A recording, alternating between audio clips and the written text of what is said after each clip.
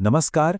आज हम एक ऐसी खौफनाक कहानी की बात करेंगे जो विज्ञान और जिसे हम अलौकिक कहते हैं उसके बीच की लकीर को पूरी तरह मिटा देती है। ये कहानी एक पोस्टमार्टम की है जहां सबसे बड़ा रहस्य कोई मुर्दा शरीर नहीं बल्कि वो इंसान है जो उसे जांच रहा है। तो चलिए सीधे उस सवाल पर आते हैं जो इस कहानी की कह सकते हैं जान है। क्या भूत प्रेत सच में होते हैं या ये सब सिर्फ हमारे मन का एक वहम है? खैर, ये कहानी हमें इन्हीं सवालों के साथ एक सर्द, डरावने पोस्टमार्टम रूम के अंदर ले जाती है।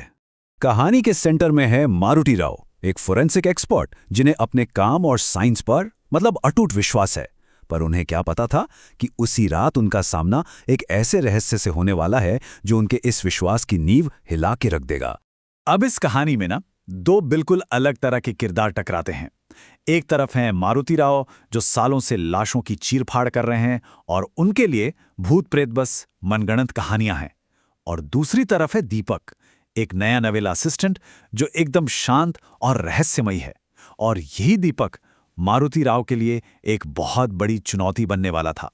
तो सब कुछ शुरू होता है एक फोन कॉल से। सीनियर डॉक्टर सावंत का फोन आता है और वो मारुति राव को बताते हैं कि भाई आज रात की ड्यूटी तुम्हें एक नए लड़के दीपक के साथ करनी होगी। मारुति राव को जरा भी अंदाजा नहीं था कि ये कोई रूटीन काम नहीं बल्कि उनकी जिंदगी का सबसे भयानक तजुर्बा होने वाला है। और अब कहानी उस हिस्से में पहुंचती है जहां पोस्टमार्टम रूम का वो ठंडा सन्नाटा धीरे धीरे एक अजीब से खौफ में बदलने लगता है। एक ऐसी जगह जहां विज्ञान के सारे नियम टूटने वाले थे। पोस्टमार्टम रूम में दो लाशें मेजों पर पड़ी हैं, सफेद चादरों से ढकी हुई। एक का चेहरा तो बुरी तरह कुचला हुआ है। मारुति राव अपने काम में जुट जाते हैं और दीपक को उसे तो बस एक और नौसिखिया समझकर इग्नोर कर देते हैं। सोचते हैं थोड़ी देर में डरकर खुद ही भाग जाएगा। और तभी दीपक की शांत आवाज उस सन्नाटे को चीरती है। वो मारुति राव से एक ऐसा सवाल पूछता है जो किसी के भी रोंगटे खड़े कर दें। पता है, ये वही पल था जब एक नॉर्मल सा लगने वाला पोस्टमार्टम हकीकत और वहम के बीच एक बहुत ही खतरनाक खेल में बदल जाता है।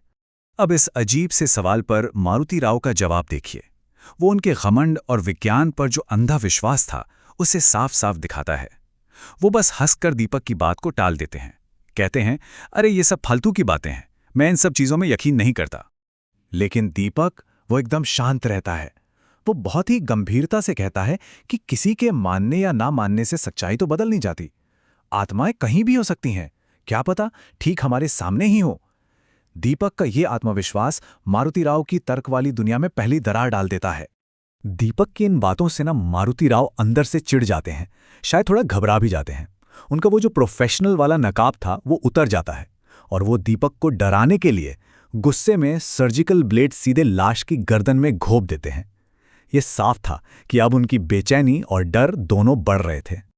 और अब कहानी अपने उस मोड़ पर आ पहुंचती है जहां एक ही झटके में मारुति राव की पूरी दुनिया, उनकी हकीकत सब कुछ बिखरने वाला था।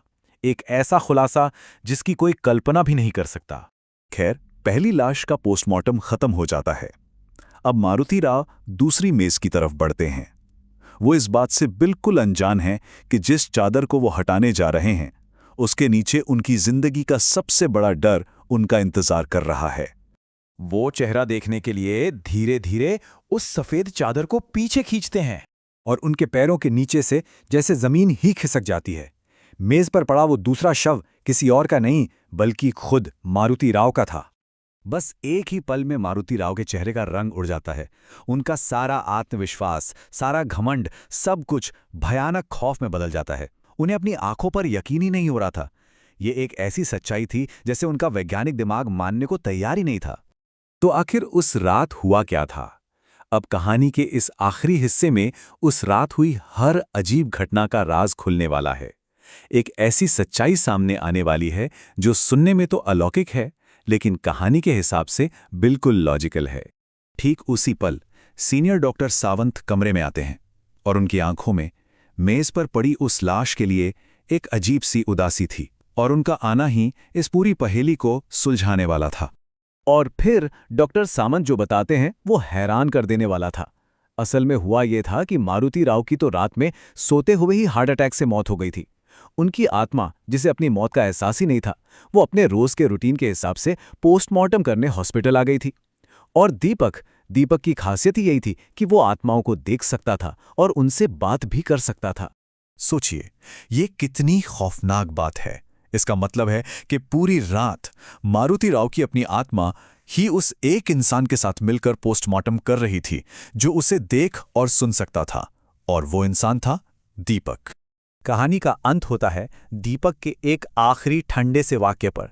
वो खिड़की के बाहर देखते हुए कहता है, मारुति राव भी इन मनगढ़ंत कहानियों पर विश्वास नहीं करते थे। ये लाइन हमें ये सोचने पर मजबूर कर देती है कि जिस हकीकत को हम सच मानते हैं और जिस दुनिया को हम नकार देते हैं, शायद उनके बीच उतनी दूरी है ही नहीं जितनी हम समझते हैं।